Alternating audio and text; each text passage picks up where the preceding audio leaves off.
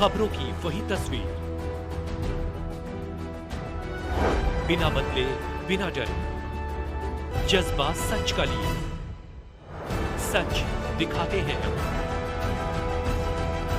आपके जरूरत की खबर। देश के यशस्वी प्रधानमंत्री नरेंद्र मोदी के जन्मदिवस के उपलक्ष्य में चलाए जा रहे सेवा पखवाड़े के अवसर पर आज यमुना पार क्षेत्र को एक बड़ी सौगात मिली है।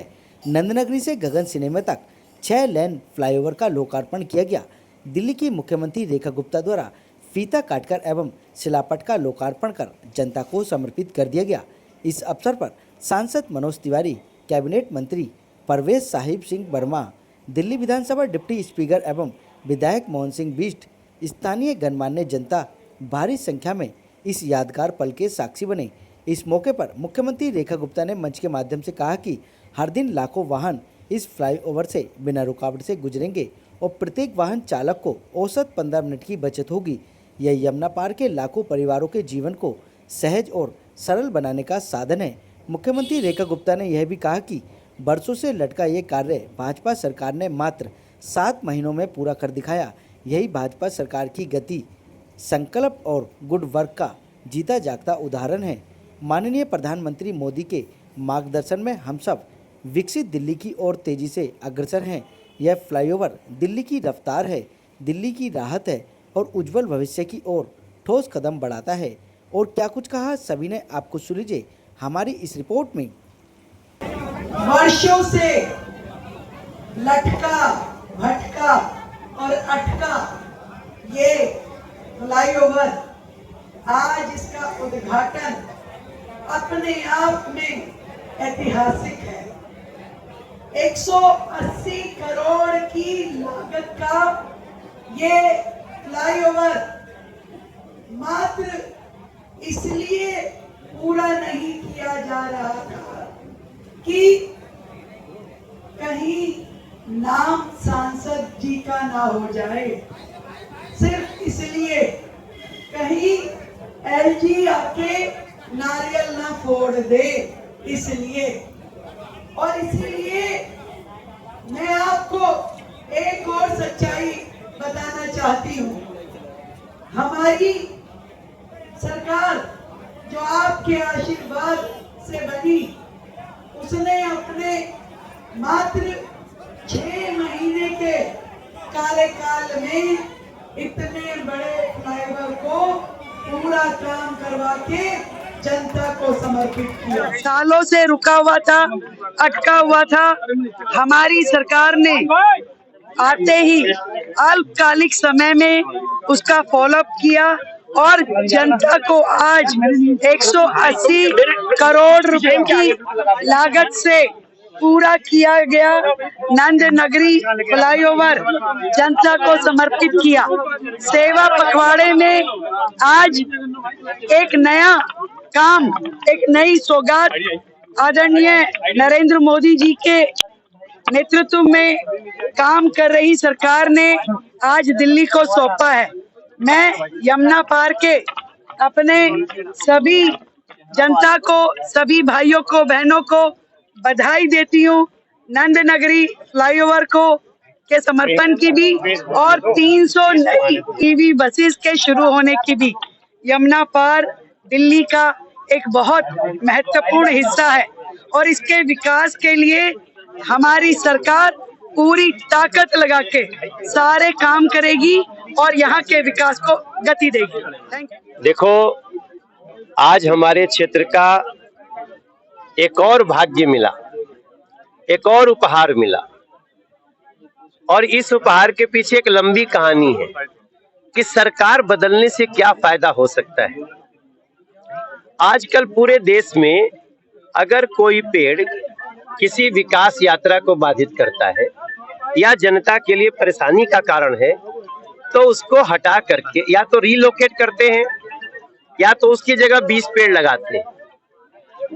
इस नियम के तहत पेड़ कट भी जाता है।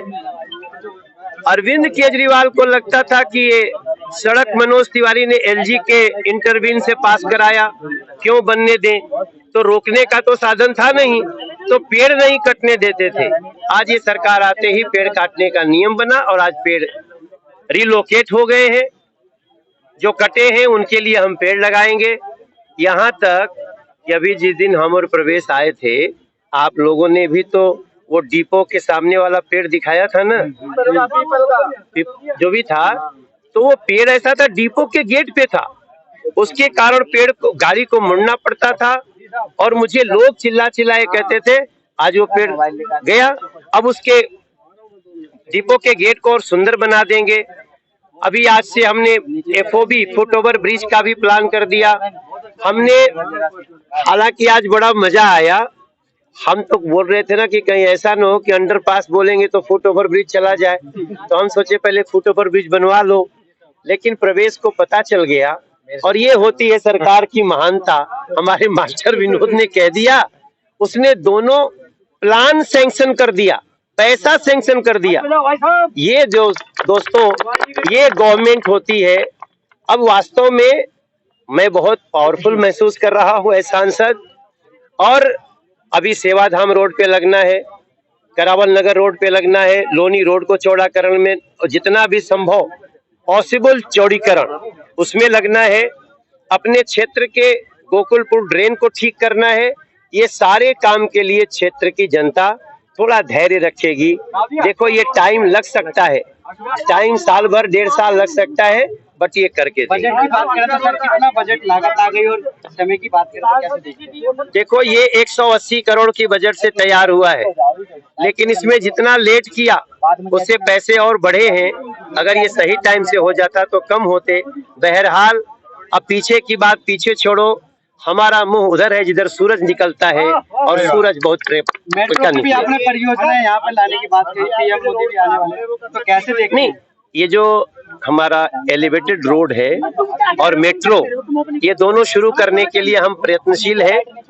किसी भी दिन आपको पता चल सकता है, इसी हफ्ते 2 हफ्ते में, कि वो किसी दिन शुरू हो। एक नहीं 3 4 चीजें देके गई हैं हमारी सीएम रेखा गुप्ता जी, हमारे पीडब्ल्यूडी मिनिस्टर वर्मा जी, प्रवेश वर्मा जी, और हमारे सांसद जी जो 24 घंटे यहाँ के क्षेत्र के उत्थान के लिए काम करते रहते हैं।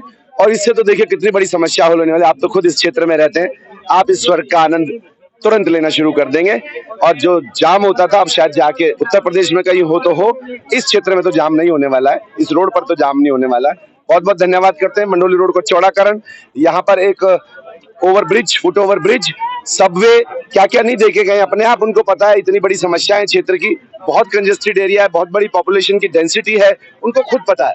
उनके पिताजी खुद यहाँ पर सीएम रह के गए, इसलिए उन्होंने बचपन से जाना है कि यमुना पार ज्यादा समस्याओं से ग्रस्त रहता है। मुझे लगता है कि आने वाले समय में मेट्रो का, और जब हमारा एलिवेटेड बन जाएगा देहरादून वाला, मुझे लगता है एरिया स्वर्ग के बराबर हो जाएगा।